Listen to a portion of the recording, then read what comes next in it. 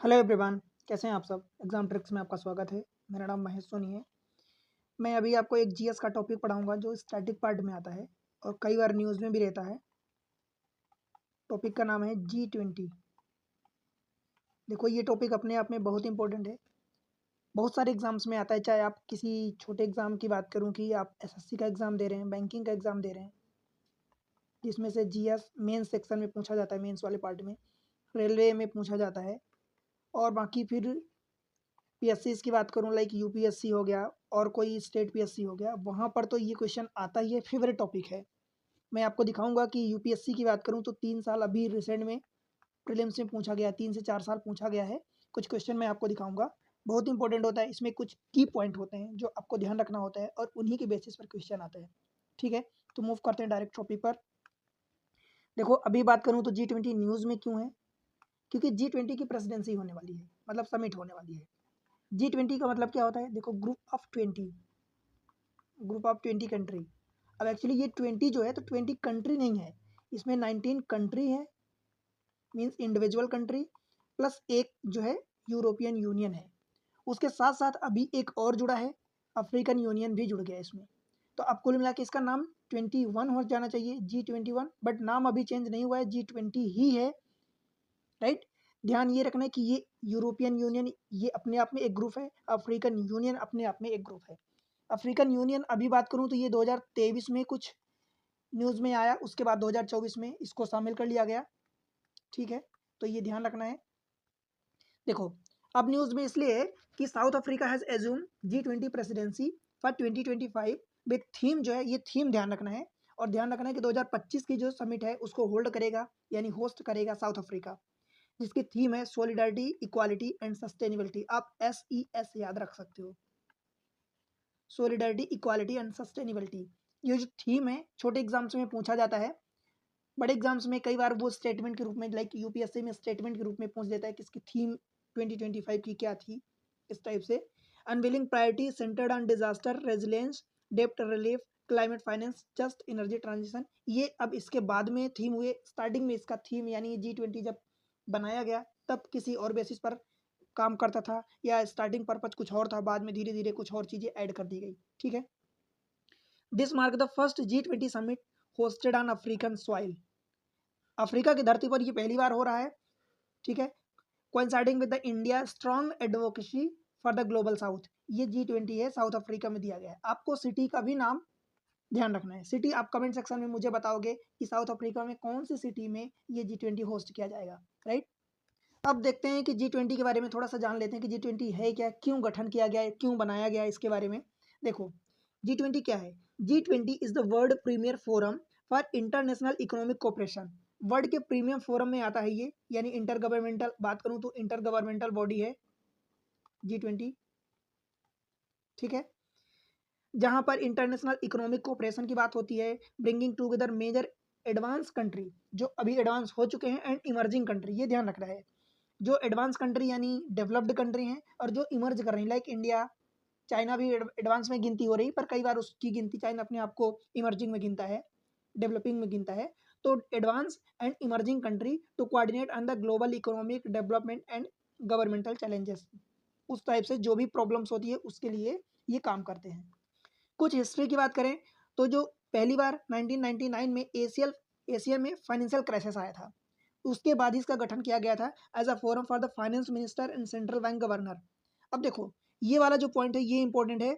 आपसे ये पूछ देता है कि G20 में कौन भाग लेता है, प्राइम मिनिस्टर भाग लेते हैं या कोई और लीडर भाग लेते हैं, प्रेसिडेंट भाग लेते हैं। तो ध्यान रखना कि फाइनेंस मिनिस्टर उसमें पार्टिसिपेट करते हैं, एंड सेंट्रल बैंक के गवर्नर, लाइक इंडिया के केस में आरबीआई हो गया, तो सेंट्रल बैंक के गवर्नर और फाइनेंस मिनिस्टर, दो लीडर भाग लेते हैं हर कंट्री से। Right, upgraded to leader summit level 2008-9 to coordinate response to the global financial crisis. पहले एशियन फाइनेंशियल क्राइसिस जब हुआ उसके बाद इसका गठन किया गया 1999 में। देन उसके बाद ग्लोबल फाइनेंशियल क्राइसिस में 2008-9 की समिट में इसको बढ़ा दिया गया, इसका रोल जो था। Over the time expanded it's agenda beyond the micro economics, मतलब टाइम के बाद इसमें और भी चीज़ें ऐड की गई, जिसमें micro economics to include climate change, health, energy development, food system, digital economy, taxation, anti corruption और भी चीज़ें उसमें ऐड ऑन करी गई, राइट। इसके मेंबर की बात करूं तो मेंबर में आपको मैं बता दिया कि 19 कंट्री हैं, यूरोपियन यूनियन है, एंड अब जाके 2023-24 में जुड़ा है अफ्रीकन यूनियन। ठीक है, ध्यान रखना ये चीज़ें बहुत इंपॉर्टेंट है। जो जो चीज़ें मैं बोल रहा हूँ कि उसको याद करना, तो एज इट इज़ ऐसे ही याद कर लेना, बिकॉज क्वेश्चन यहीं से पूछे जाते हैं। अब देखो G20 में आपको पता है कि मेजर एडवांस कंट्री जो है वो एंड इमर्जिंग कंट्री, इकोनॉमी वाली, इमर्जिंग इकोनॉमी वाली कंट्री उसमें जुड़ी हुई हैं। तो भाई इसकी जीडीपी भी अच्छी खासी होगी, ट्रेड भी अच्छा खासा होगा, मतलब ह्यूमैनिटी यानी पब्लिक भी काफ़ी सारे होंगे।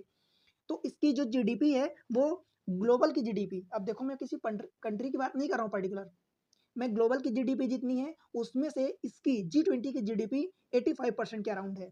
ठीक है, 75% तो वर्ल्ड लेवल पर ट्रेड होता है। कौन? G20 के जो कंट्री या मेंबर हैं, 75% इनका ट्रेड आता है केवल, बाकी 25% जो इसमें पार्टिसिपेंट नहीं है या जो इसमें नहीं शामिल है उनका आ जाता है। और उसके अलावा 2/3 जो ह्यूमैनिटी है, यानी 2/3 इसकी वर्ल्ड की पॉपुलेशन आ जाती है। आप अंदाजा लगा लो, जब इसकी कंट्री के नाम जानोगे तो खुद ही समझ में आ जाएगा कि 19 कंट्री, एक यूरोपियन यूनियन अपने आप में ग्रुप है, अफ्रीकन यूनियन वो भी एक ग्रुप है, तो कितनी सारी बड़ी बड़ी कंट्री जो है इसमें शामिल है। ठीक है, अब इसमें एक ट्रोइका नाम का एक शब्द होता है। ट्रोइका पूछ लेते हैं कई बार कि ट्रोइका क्या है, किस चीज़ के लिए है, इसका काम क्या है। तो ट्रोइका वो होता है, मैं आपको समझा देता हूँ।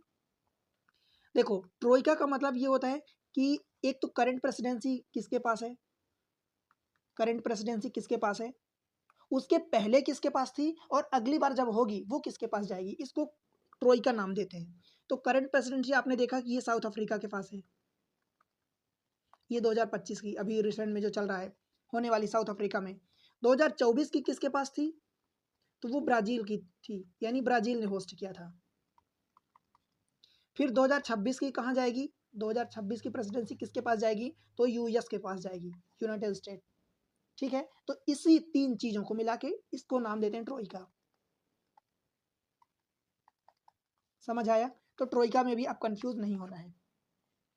देखो 2024 की यानी प्रीवियस वाली प्रेसिडेंसी किसने होल्ड करी थी, ब्राजील ने। अब 2025 वाली करंट प्रेसिडेंट जिसको बोलते हैं वो साउथ अफ्रीका, 2026 का नेक्स्ट प्रेसिडेंट वो यूनाइटेड स्टेट। तो इसलिए इसको 3 चीजें यानी 3 प्रेसिडेंट्स इसमें शामिल होते हैं, एक करंट का, एक प्रीवियस का, एक नेक्स्ट का, इसलिए इसको ट्रोइका नाम देते हैं। इसमें होता क्या, this ensure continuity in agenda setting, मतलब जैसे कोई सपोज कभी कोई प्रॉब्लम हो जाती है कि मान लो कि 2025 में सपोज लेट से साउथ अफ्रीका में होने वाली है, कुछ भी ऐसी प्रॉब्लम सडन हो जाती है कि साउथ अफ्रीका होल्ड नहीं कर पाता, तो फिर ये आगे पीछे वाले प्रेसिडेंट जो है उसको कुछ डिसाइड करेंगे यहाँ वहाँ शिफ्ट करने की। ठीक है, अब देखते हैं कि इसका फंक्शन क्या होता है G20 का। तो देखो मैं जैसा बताया कि कोऑर्डिनेट ग्लोबल माइक्रो इकोनॉमिक्स, इसकी जो पॉलिसीज होती हैं, फाइनेंशियल स्टेबिलिटी, मतलब कि जो इसमें बड़े बड़े लीडर यानी advance country, advance and emerging country, ये तो इसके पार्ट हैं। ठीक है, इमर्जिंग कंट्री इसके पार्ट है, बट जो अब उसके अलावा वीक कंट्री बची यानी लो इनकम कंट्री बची, लो इनकम, इनके लिए ये क्या करते हैं, जो भी सुविधाएं होती हैं, जो उनकी प्रॉब्लम्स होती हैं उनको प्रोवाइड करते हैं, उनकी जो चैलेंजेस होते हैं उसको डील करते हैं, टेकल करते हैं, राइट। तो micro economics policy and financial stability ये इनका काम होता है। Reforming multilateral institution like IMF हो गया, इंटरनेशनल मॉनेटरी फंड हो गया, AMDB मल्टीलेटरल डेवलपमेंट बैंक हो गया, ऐसी जो भी होती हैं उनमें रिफॉर्म कुछ करते हैं। ड्राइविंग क्लाइमेट कम्युनिटी, देखो क्लाइमेट आज के टाइम में बहुत इंपॉर्टेंट टॉपिक है, क्लाइमेट कम्युनिटी, एनर्जी ट्रांजिशन, इन सब के बारे में काम करते हैं। स्ट्रेंथनिंग ग्लोबल हेल्थ, जैसे कि आपने पीछे देखा कि हेल्थ की बात हुई थी, तो ग्लोबल हेल्थ सिस्टम जैसे लाइक पैंडमिक आ गया था, तो उसके बारे में क्या प्रिपेयर करना है, क्या कैसे कदम लेने हैं, वो सारी चीज़ें ये काम करता है।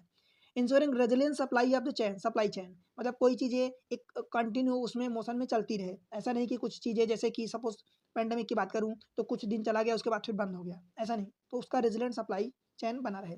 Sustainable development, digital governance, facilitating consensus on taxation, anti corruption, trade, inclusive growth, ये सारी चीज़ें होती हैं, राइट। अब कुछ एक्स्ट्रा में पॉइंट बता देता हूँ, जैसे कि अभी अफ्रीकन यूनियन ज्वाइन हुआ है 21st member eight A 2023 summit in India. India में जो 2023 की समिट हुई थी, जैसे 24 का आपने देख लिया कि ये ब्राज़ील में हुई थी, तो ऐसे ही इंडिया में 2023 की समिट हुई थी जहाँ पर साउथ अफ्रीका ज्वाइन हुआ था, मतलब अफ्रीकन यूनियन ज्वाइन हुआ था। उसके बाद ऑफिशियली इसको रिप्रेजेंट कर दिया गया कि ब्राज़ील में जो समिट हुई 2024 में उसको शामिल कर दिया गया। ठीक है, तब से वो अफ्रीकन यूनियन भी शामिल हो गया। इन 2009 समिट G20 लीडर जो है declare itself the primary venue for international economic and financial cooperation. Attend कौन करते हैं तो ये मैं आपको बता दिया हूँ कि देखो अटेंड कौन करेंगे तो भाई G20 में 19 कंट्री अपने आप में हो गई, प्लस एक यूरोपियन यूनियन हो गया, प्लस एक अफ्रीकन यूनियन हो गया। अब इसमें से फाइनेंस मिनिस्टर इनके अटेंड करते हैं एंड सेंट्रल बैंक के governor of the 19 country, African union and European union. ठीक है, कोई दिक्कत तो नहीं है। चलो अब कुछ हम देखते हैं, क्वेश्चन देखते हैं, या इनकी सबसे पहले तो मैं आपको इनकी कंट्री याद करवा दूं। देखो याद तो आप करोगे, बहुत सारी ट्रिक्स है, बट मैं कुछ चाहता हूँ कि कुछ ट्रिक से याद करवाऊँ, अपने तरीके से याद करवाऊँ ताकि कभी कोई दिक्कत ना हो। इसकी कंट्री हम देखते हैं। देखो G20 जब भी बात होती है तो हमारे दिमाग में एक ही चीज आती है कि 19 कंट्री, एक यूरोपियन यूनियन, और अब नया जुड़ गया है अफ्रीकन यूनियन। सबसे पहले तो हम जानते हैं कि भाई G20 जो है उसमें कंट्री कैसे हम याद करेंगे, उसका एक तरीका होता है। तो तरीके में हम क्या याद रखेंगे, देखो G20 में G7 आपने नाम सुना होगा, G7 ऑलरेडी शामिल है, G7 कह दो। और अगर G8 की बात करोगे तो फिर उसमें G7 में रसिया आप जोड़ दोगे तो G8 बन जाता है, राइट। तो हम G7 पहले देखते हैं। G7 में जब आप जोड़ोगे रसिया को तो ये क्या बन जाएगा, ये पूरा G8 बन जाता है, राइट। अब कितनी देखो इसमें 20 हैं, अफ्रीका को अभी, अफ्रीकन यूनियन को अभी अलग रख रहे हैं, तो 20 में से एक ये भी हो गया, 19 कंट्री हैं, 19 कंट्री में से 8 कंट्री तो ये हो गई। ठीक है, इतने इसमें तो कोई याद करने की जरूरत नहीं है। पहले मैं G7 को बता देता हूँ कि G7 में कौन कौन सी कंट्री आती हैं। तो देखो यूएस आता है, यूके एंड फ्रांस, इसी ऑर्डर में आपको याद रखना है ताकि कंफ्यूजन ना हो। यूएस, यूके, फ्रांस, ये 3 आते हैं। उसके बाद जर्मनी, जापान, जर्मनी हो गया, जापान हो गया, फिर आईसी, आईसी का मतलब डायरेक्ट याद रखोगे Italy and Canada, Italy and Canada, ये आईसी हो गया।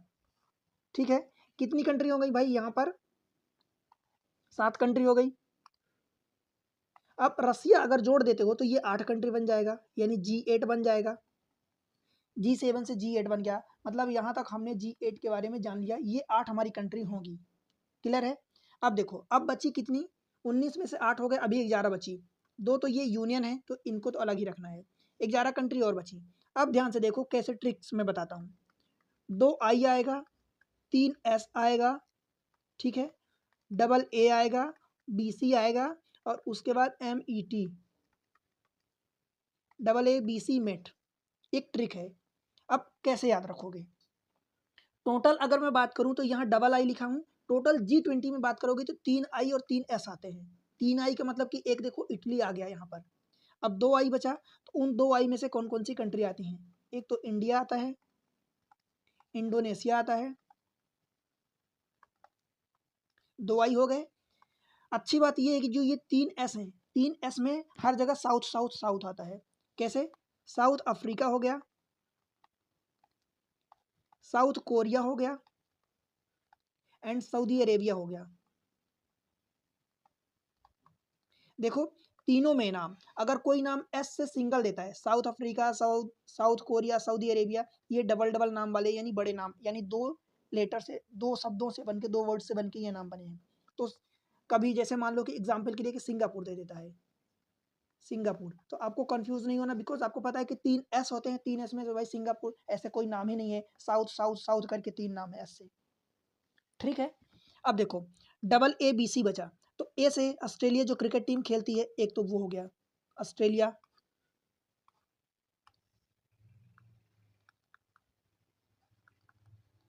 फिर एक अर्जेंटीना हो जाता है, अर्जेंटीना जो गोल्फर होते थे, फुटबॉल खेलते थे वहां पर, अर्जेंटीना। अब कितनी कंट्री बची, बी सी, तो बी से क्या ध्यान रखोगे, बी से एक बहुत बड़ी कंट्री है ब्राजील। अर्जेंटीना ब्राजील आपको पता है एक ही जगह की कंट्री है, अड़ोसी पड़ोसी। ठीक है, ब्राजील हो गया। सी से ये हमारा पड़ोसी चाइना हो गया।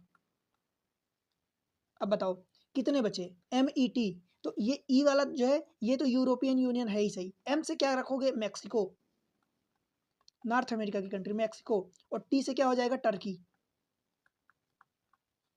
समझ आया, 19 कंट्री हो गई। अब एक यूरोपियन यूनियन हो गया 20, और एक अफ्रीकन यूनियन हो गया, अफ्रीकन यूनियन। ठीक है भाई, मुझे नहीं लगता कि यहाँ तक आपको इसके नाम याद करने में कोई प्रॉब्लम होगी।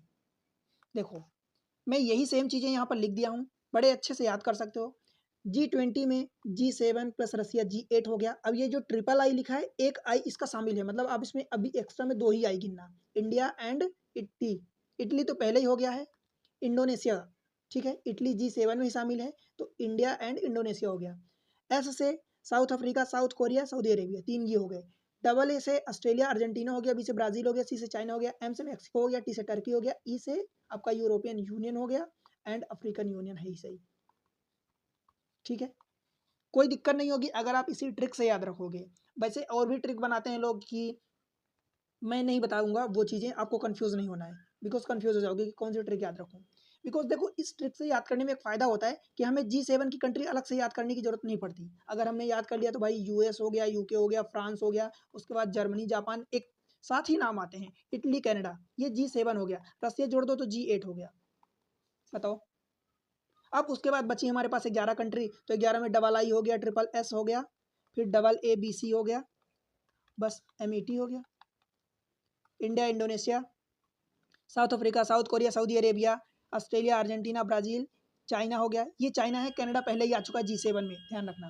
फिर एम से मैक्सिको हो गया, टी से टर्की हो गया, ई से यूरोपियन यूनियन हो गया, और क्या बचा? African union. याद हुआ? तो तरीके से याद करोगे तो कभी भूलेगा नहीं, कभी डाउट नहीं होगा, क्योंकि एग्जाम के टाइम में ना ये सारी चीज़ें जैसे आप अभी पढ़ रहे हो तो किसी भी तरीके से याद कर लोगे, बट एग्जाम के टाइम में बड़ा कन्फ्यूजन हो जाता है और वहाँ पर कन्फ्यूजिंग सवाल भी आते हैं। तो जब कोई ट्रिक या कोई तरीका आप स्पेशली अपनाओगे तो वहाँ पर कन्फ्यूजन नहीं होगा, कन्फ्यूजन से बच जाओगे या एक गलती करने से। ठीक है, अब कुछ क्वेश्चन देख लेते हैं कि इस पर बेस्ड जो सिविल सर्विस में, ध्यान रखना सिविल सर्विस में क्वेश्चन आए हैं, इसका मतलब ये हो कि बाकी छोटे एग्जाम्स में तो हमेशा ही आते हैं क्वेश्चन। ठीक है, छोटे एग्जाम्स में कोई एक पॉइंट पूछ लेता है कि G20 की प्रेसिडेंसी इस बार कहाँ हुई, इसका थीम क्या था, ऐसे टाइप के क्वेश्चन आते हैं। देखो क्वेश्चन पढ़ते हैं। The consider the following statement about G20। The G20 group was originally established as a platform for the finance minister and central bank governor to discuss the international economic and financial issue. हमने यही पढ़ा है। ठीक है, digital public infrastructure is one of the G20 priorities. हाँ भाई, ये भी हमने उसके फंक्शन देखे हैं, बताओ कौन सा करेक्ट होगा। हमने ये देखा कि finance minister and central bank के गवर्नर RBI, जहां पर मैं इंडिया के केस में आपको एग्जांपल दिया था, तो ये ट्रू हो जाएगा। डिजिटल पब्लिक इंफ्रास्ट्रक्चर हमने पढ़ा है कि one of the India G20 priority पर था, तो ये भी ट्रू है, मतलब दोनों स्टेटमेंट आपके करेक्ट हो जाएंगे। समझ आया? ये 2023 प्रीलिम्स का सिविल सर्विस का क्वेश्चन है। एक और देखो question, with reference to G20 common framework consider the following statement. It is an initiative endorsed by the G20 together with the Paris club. हाँ भाई, पेरिस क्लब, ध्यान रखना, पेरिस क्लब से ही इनिशिएट हुआ है। क्लियर है? It is an initiative to support low income country with unsustainable डेब्ट। मैं आपको यही बताया था कि भाई ये G20 जो है उसमें advance country and emerging country का एक ग्रुप है। अब ये ग्रुप क्यों बना है? क्योंकि जो लो इनकम कंट्री हैं, जो पुअर कंट्री हैं, वीक कंट्री हैं, उन्हीं को सपोर्ट करते हैं। ठीक है, उनको सपोर्ट करते हैं।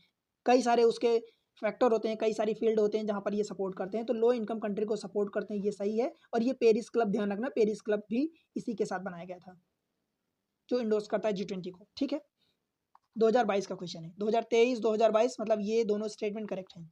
एक और क्वेश्चन देख लो, 2020 में आया हुआ है। अगला क्वेश्चन है, in which one of the following group are all the 4 country member of the G20। 2020 का क्वेश्चन है, प्रीलिम्स में आया हुआ क्वेश्चन है। ऐसे क्वेश्चन बड़े कंफ्यूजिंग होते हैं, अगर आपको एक्चुअली ट्रिक करके ही याद किए हो, ट्रिक से ही याद किए उनकी कंट्री, तब करेक्ट कर पाओगे, अदरवाइज गलती होने के चांसेस बहुत बढ़ जाते हैं। देखो, अर्जेंटीना हमने पढ़ा है, मैक्सिको हमने पढ़ा है, डबल ए हमने जो पढ़ा था, डबल ए में ऑस्ट्रेलिया अर्जेंटीना, तो ये अर्जेंटीना हो गया।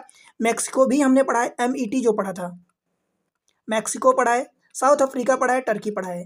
ठीक है, अब देखो यहाँ पर क्या हो जाता है कि करेक्ट ऑप्शन करोगे, उससे ज़्यादा इंपॉर्टेंट होता है कि आप जो इनकरेक्ट है उसको कैंसिल आउट करो, उसको बाहर निकालो पहले।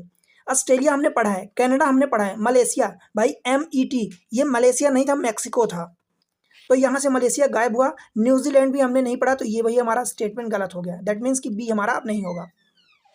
ब्राज़ील हमने पढ़ा है, ईरान हमने नहीं पढ़ा है भाई, ईरान में हमने ट्रिपल आई पढ़ा है कि G20 में आई से 3 नाम की कंट्री होती हैं। एक तो हमने सबसे पहले क्या पढ़ा था, इंडोनेशिया, हमारा क्या था, इटली था, इटली था जो G7 का पार्ट था। उसके बाद इंडिया था और इंडोनेशिया था। बताओ कहीं हमने क्या इटली ईरान पढ़ा है क्या, नहीं पढ़ा, तो ईरान हमारा नहीं होगा। सऊदी अरेबिया पढ़ा था, वियतनाम भी हमने नहीं पढ़ा था, तो ये हमारा स्टेटमेंट गलत हो जाएगा, फिर से ये गलत हो जाएगा। इंडोनेशिया ठीक है हमने पढ़ा है, जापान हमने पढ़ा है, जापान जर्मनी एक साथ पढ़ा था G7 में।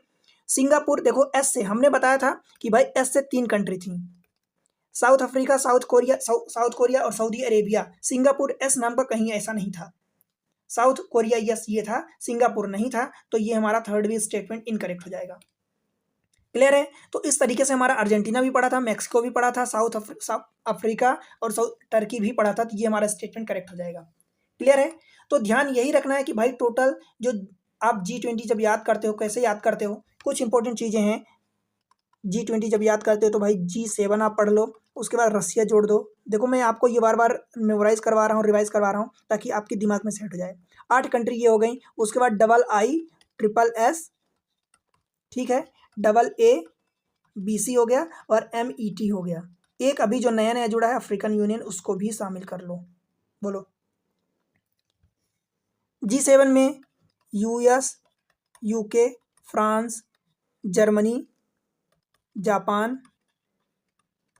Italy, Canada.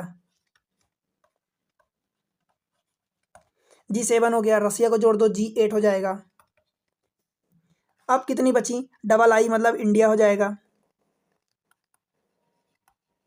इंडोनेशिया हो जाएगा, ट्रिपल एस से साउथ अफ्रीका हो गया,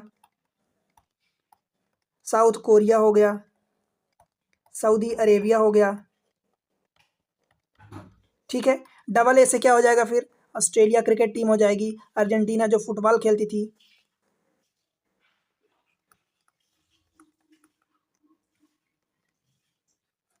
अर्जेंटीना हो जाएगा। फिर बी से क्या हो जाएगा भाई, ब्राज़ील हो जाएगा। अर्जेंटीना के बगल में ब्राज़ील ही है, तो आपको याद करने में दिक्कत नहीं होगी, ब्राज़ील हो जाएगा। और हमारा चाइना पड़ोसी हो जाएगा सी से। एम से क्या हो जाएगा, ये भी ध्यान रखना कि एम से मैक्सिको होता है, राइट। ई को आपको यूरोपियन यूनियन रखना है, टी से हमारा ये टर्की हो जाता है, और अफ्रीकन यूनियन है ही सही। बताओ, मुझे नहीं लगता कि कोई इसमें प्रॉब्लम होगी। क्लियर है? इसको जो लीडर कौन कौन शामिल होते हैं, तो एक तो फाइनेंस मिनिस्टर होते हैं, दूसरा सेंट्रल बैंक के गवर्नर होते हैं, governor of the central bank ये होते हैं। तो ठीक है, इसी तरीके से आप याद करते रहो, पढ़ते रहो। जो चीज़ें हैं टू द पॉइंट मैं ऐसी बात करूंगा कि भाई आपको फिर बाद में दोबारा शायद, हालांकि रिवाइज करने की जरूरत पड़ती है, पर एक ही बार में सारी चीज़ें क्लियर हो जाएं। ठीक है, एक बार में जब चीज़ें क्लियर हो जाएंगी तो वहाँ पर आपको ज़्यादा बर्डन नहीं होगा, दोबारा पढ़ने की जरूरत नहीं होगी। तो ये सारी चीज़ें आपको एग्जाम ट्रिक्स पर मिल रही है, मैं प्रोवाइड करता रहूँगा। बस आपका सपोर्ट चाहिए। सपोर्ट कैसे करोगे, तो वीडियो को लाइक कर दो, लाइक कर दिया करो। उसके बाद चैनल को सब्सक्राइब कर लो, इंश्योर करो कि सब्सक्राइब किए हो, नहीं किए तो अभी करो, और शेयर कर दो अपने सारे दोस्तों के साथ जो भी पढ़ने वाला आपके कॉन्टैक्ट में है। उसके अलावा आप टेलीग्राम चैनल ज्वाइन कर लो, सेम एग्जाम ट्रिक्स के नाम से है, इसी नाम से आपको इंस्टा पर आपको पेज मिल जाएगा, तो वहाँ पर आप मुझे फॉलो करो। फेसबुक पर एग्जाम हब के नाम से है, एग्जाम हब के नाम से, तो वहाँ पर आप सपोर्ट करो, फॉलो करो। ठीक है, मिलते हैं अगले लेक्चर में, तब तक के लिए बाय बाय।